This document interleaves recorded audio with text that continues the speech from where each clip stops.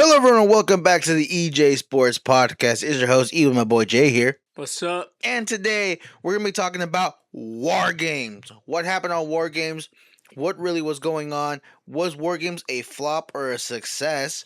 And we're going to be talking about very much what happened on Monday Night Raw and what that could mean for the future. Now, to start off with, I feel like we need to go match by match basis. We'll start off with the first War Games match, the Women's War Games match. In my opinion, this sucked ass. Lame. AEW did it better. 100%. When it comes to War Games, I'll put this out there. You know that I am not the biggest AEW fan, but I will say this. AEW did it right.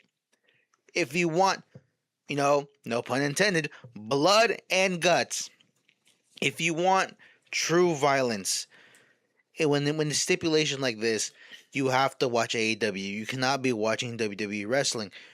This is very much by the numbers wrestling match, but if you wanted that sort of action and gory, this wasn't the PLE for you.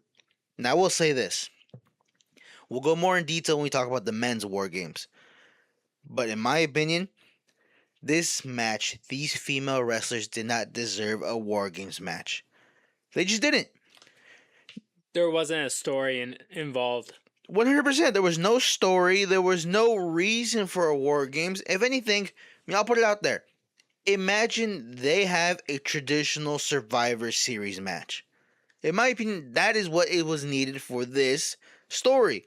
Because if you really think about it, the people who are truly feuding were the Kabuki Warriors versus Rhea and Io. And Becky with AJ Lee. And that's it. The rest of them are there because they're there. They're just fillers. Like, yeah, you could say, oh, but Charlotte and Alexa Bliss were former women's champions. Former tag team champions. No one cares. But guess what? It doesn't fit with the story. You're really telling me I lost my belt and out of nowhere we need to go to War Games? Really? No. That was at most a traditional Survivor Series. Nia Jax and Lash Legend, don't get me started with Lash Legend. These two females do not deserve to be in this match. Same thing like Charlotte and Alexa Bliss. Now I'll say this. According to many people, Lash Legend is already fully a main roster, person. In my opinion, she does not deserve main roster. She needs to go get her ass back to NXT and develop for another 2 to 3 years. Because in my opinion, she is nowhere near the caliber of level. And I'll say this, of a Nia Jax. And that is the lowest bar compared to the rest of these females. As much as we don't like this current iteration of Becky Lynch, she's still miles. Probably hundreds of miles. Further up in the food chain. As a wrestler, as a promo, as anything you want as Lash Legend. She doesn't deserve to be in this. In my opinion, this match was like a 1.5 out of 5. And that's really me giving it a generous 1.5. I give it 0.5. This match shouldn't even be on a PLE. Horrible. Triple H, start doing whatever you used to do in the first 2 years that you took ownership. Because now it shows that you're crumbling. You are a horrible, horrible owner right now. I wouldn't say owner. Booker when it comes to these big matches. Because the traditional Survivor Series that happened on SmackDown was better than this piece of trash called War Games. Now, we'll go to the next match. Stephanie Vaquer versus Nikki Bella. It was a horrible match. I saw some Instagram videos that people were going to bathroom breaks. They were on their phones watching some football games, soccer games, or any other TV show on their phones while they were wrestling. That means one of the bathroom break matches and waste of time. As much as I have nostalgia for Nikki Bella during the Divas era, this was a filler match for Stephanie Vaquer. And you will understand why I mean it's a filler match when we talk about what happened on Monday Night Raw. Because clearly, it wasn't just, we need an opponent for Stephanie Vaquer. You know what? Nikki Bella, turn heel and then go have fun. Because clearly, this is what this was. It was a filler match. It was okay. It was decent. You know, I will say this. It was for the people like Gunnar T, Booker T out there. This was probably his favorite match because this is probably what people want from that sort of section. When it comes to wrestling, it just wasn't good. I wouldn't blame Stephanie and I won't blame Nikki. Nikki has a style of wrestling that was the Divas era style, and you have limitations. And as good as Stephanie Vaquer is, I don't think anybody can make a 10 out of 10 5-star match with Nikki Bella in her style. I'm sorry. As much nostalgia I have, and much support I want to give Nikki Bella, it just is what it is. Now, we'll go to, in my opinion, the best match of the night. John Cena versus El Sucio. Dirty Dominic Mysterio. Dominic Mysterio retains, baby. Yeah. He doesn't retain. He won the championship from John Cena. What are you talking about? I'm calling this a retain because technically him winning that match against John Cena beating Dominic Mysterio was just for him to get the Grand Slam championship. It really didn't count. As much as you want to say, it really doesn't count. This was a stopgap sort of thing. It was a pause. This is what we talk about in the business as a 2010s moment. We're hot potatoing a belt. We just wanted to give John Cena his moment, give him that sort of Zack Ryder treatment, him winning at WrestleMania. Here you could have it, show it off, boom, boom, boom, and then boom, give it back. It's really what it was. And the big thing that happened, Liv Morgan. Liv Morgan is back. The güerita is back. Yes, sir. And we'll talk a little more about Liv Morgan, when we talk about Raw. But I will have to say this. I would have probably held her back till WrestleMania, but this was a good way to bring back Liv Morgan. Really pull everything together. But I will say this, and Jay's a question for you. Do you think John Cena looks weak? Do you think he looks weak going into his final match at Saturday night's main event? Well, this whole entire year he looked weak.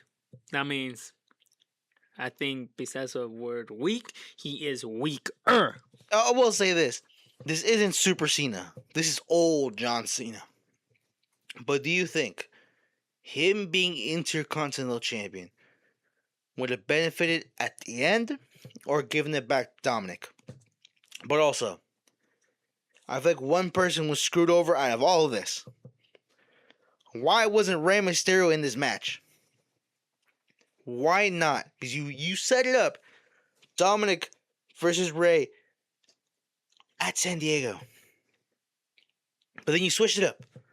Why not add Rey into this match? Make it a triple threat. John Cena could have not taken the pin. It could have been Rey taking the pin. Then John would have looked more stronger than when he is now. Because now he's riding off a loss. And when we talk about this on Monday Night, what happened on Monday Night Raw. But if he loses on the last match, he'll look super weak. In my opinion, making that a triple threat, letting Rey take the pin, that could further their storyline. Then you have John do his thing. For me, that is what I feel like I could have been a better solution. But at the end, I still wanted Dirty Dominic Mysterio to win. We're going to the last match. The men's War Games. And oh my God, am I more disappointed. There was only one bright light, and that was Liv Morgan coming back. The rest of this was ass. And that Billy Gunn ass worse than that. Oy. When it comes to this match, literally, whatever. As much as I wanted to talk more trash about it, it was a whatever match. I can't believe you have all that star power, and you did so little with it. Literally, no one did anything. But there's one big thing that happened during this match. There was a hooded, masked individual who jumped into the cage curb stomped CM Punk, and jumped out. Now, Jay, there are rumors going around that it's Seth Rollins. There are rumors going around that it's Austin Theory. And one rumor that could be true, that was Omos doing that stuff. Who do you think was the masked person in that match? That would be cool if it was Jake Paul, but it's not Jake Paul. It's going to be my homeboy, Austin Theory. I tend to agree. As much as I want to say that could be Omos, it could be Omos. Again, he moves. He moves. The big man can move. And as much as I want to say that's Seth Rollins, I feel like it has to be Austin Theory. Because that is the push. That is the push that Austin Theory needs from the screw up that people made him into. And I'm looking at you, Triple H. You screwed up Austin Theory. And this is the best way to make him great again. Vince McMahon had a vision.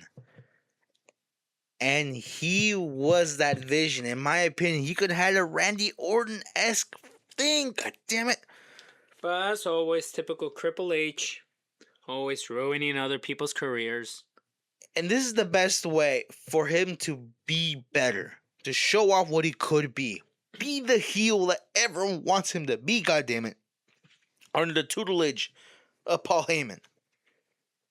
But if it turns out to be Seth Rollins, I'll be pissed. Because why?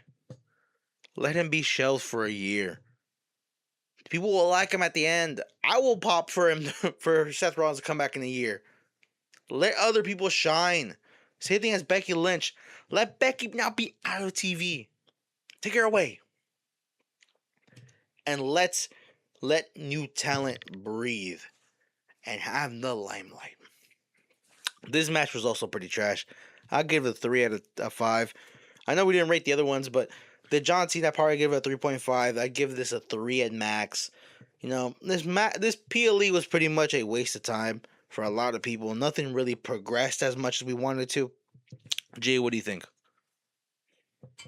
I agree with you. This, the men's war games, I would give it like a 1.5 to 2. It was trash. They should have done more. I wanted to see blood. I wanted to see more tables, ladders, chairs. Other more, I don't know, violent, like AEW. The John Cena, I give that one a 4.3 out of 5. And the Nikki Bella match, a 0.3 out of 5. That's a 1.5 for me when it comes to the Stephanie Breakker and Nikki Bella, and that was just because Stephanie Breakker is so great. Now we're going to the next thing, what happened on Monday Night Raw. Now there's a couple things that really stood out on Monday Night Raw. Number one, the women's tag team division is showing up. And it's very curious, and in my opinion, it's very funny that everyone except Charlotte Flair and Alexa Bliss were all women on the Monday Night Raw roster. We're talking about, you know, some of the best female wrestlers. And they're all on Monday Night Raw. And this shows that SmackDown is struggling. They have no superpowers. No superstars. No one that could really, we could say, Big Mac John, you know, I'm going to carry this company. There's no one on SmackDown. I still don't have any faith on Jade, I think so. It is Jade. I have no faith in her. Tiffany is out injured. Bianca is out injured. You're relying on Jade Cargill, Lash Legend, and Nia Jax. With Chelsea Green. That is your women's division? You know how nasty that is? That's your women's division? You have no superpowers. You have no superstars. You got nothing. And this main event showed that truly the best women's wrestlers in all of WWE is on Raw. Because at the end of it all, the ones that stood tall were the Judgment Day women. Because before that, Liv Morgan came out with the rest of the Judgment Day to celebrate the victory of Dirty Dominic Mysterio. And Liv laid out the gauntlet. She said it. You guys sucked ass while I was gone. But I'm here to show up. I'm here to prove it to you all. The Judgment Day are going back to business. And we see the clear vision. Liv, women's champion. World Heavyweight Women's Champion. And Raquel and Roxanne Tag Team Champions. With Dom with the Intercontinental Championship. Finn and JD Tag Team. We might see the resurgence, the dominance of the new Judgment Day. Or the breakup. Or the big breakup. But in my opinion, that's a good storyline. That builds up. That goes into 4 divisions, if you really think about it. The upper mid card. The Women's World Championship scene. The Women's Tag Team. And the Men's Tag Team. SmackDown would love something like that. But it'll never happen.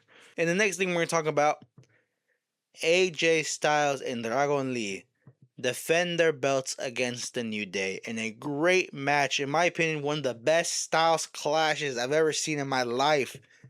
The chemistry with Dragon Lee and AJ Styles, some of the best. They even made the New Day look good. That's how good they are. In my opinion, this tag team, without a name, in my opinion, I'm just calling them AJ Lee because I feel like it. I'm just calling them AJ Lee because why not? The team of AJ Lee is such a great tag team. And as much as people do not respect Dragon Lee in the States, as a Mexican who watches AAA, as a Mexican who supports the luchadores, he's a great wrestler. He could go far. And right now, this is a great showcase with AJ Lee for this tag team. The tag team of AJ Lee with AJ Styles. This tag team could be so great. The next thing I want to talk about is what happened on the Last Time Is Now tournament. The finalists are finally here. We finally know who are going to be the finalists to face against John Cena on Friday Night SmackDown.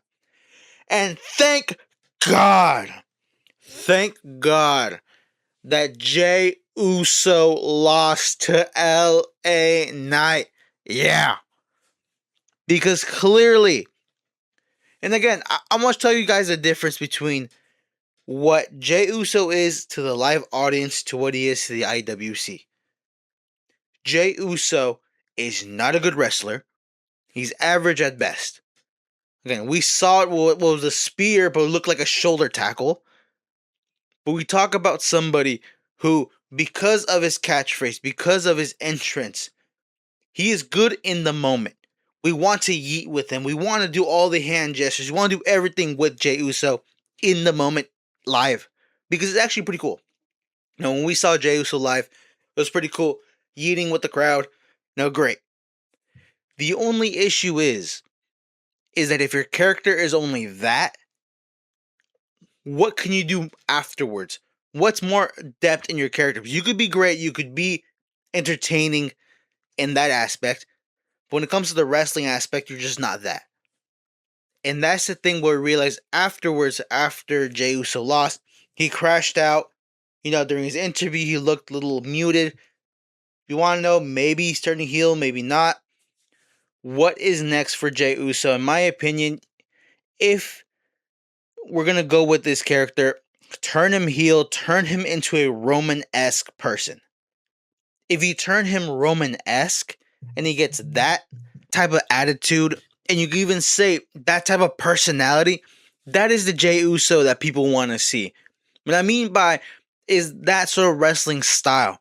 Like the yeeting and all that is cool for, like you could say, for kids, right?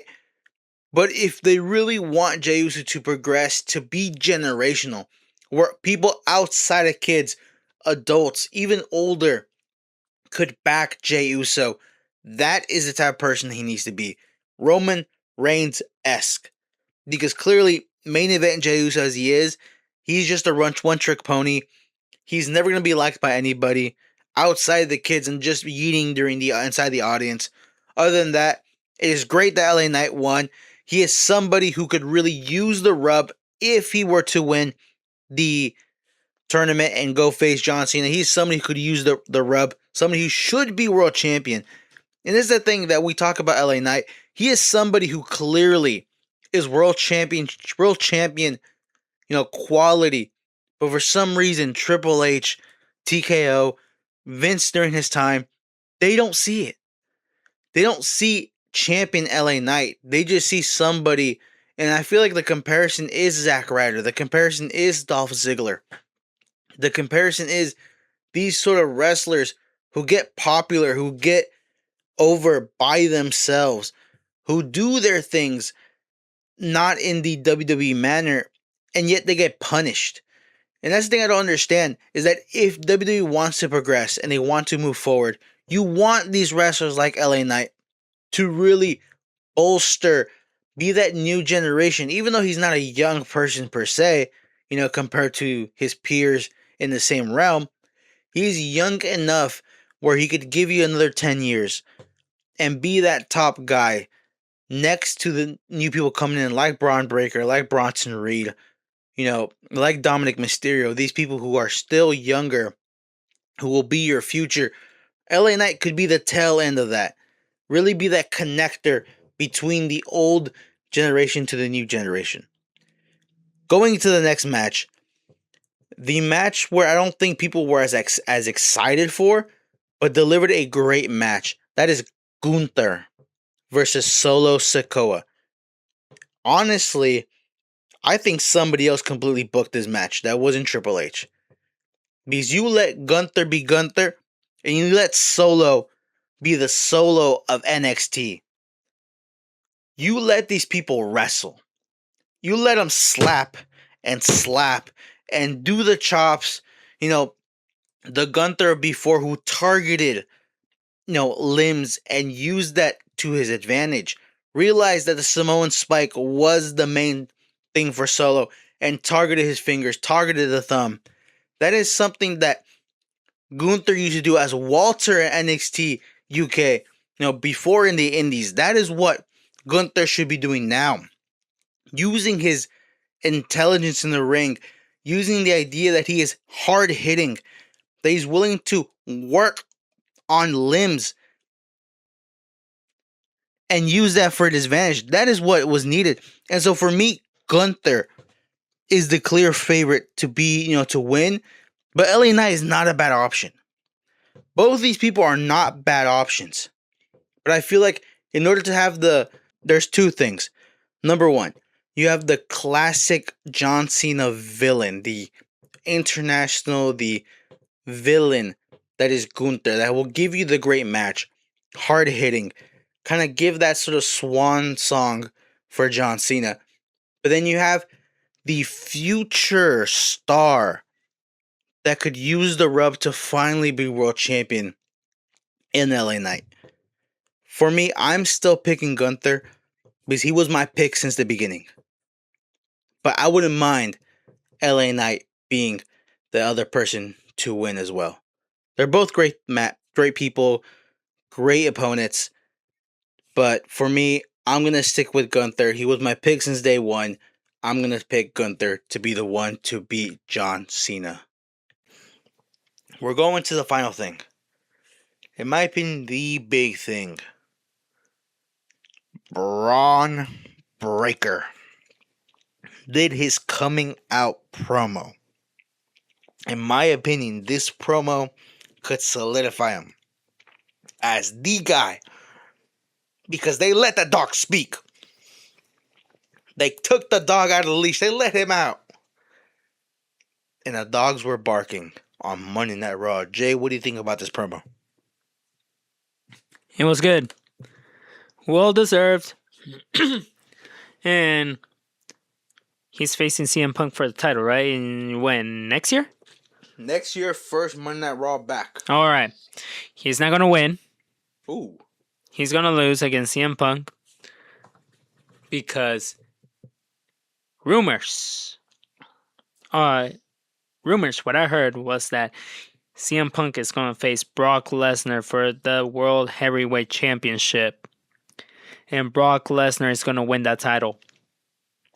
And another thing is that the other reason why I feel like he's going to lose is that Seth Rollins is going to come back and ruin his opportunity for the championship. I hear that. I hear it. And oh my God, do I not want to see it. I don't want to see Seth back for another year. But I do want Bron Breakker to win. But I want him to beat CM Punk at WrestleMania. In my opinion, I do see something going on that interrupts his match.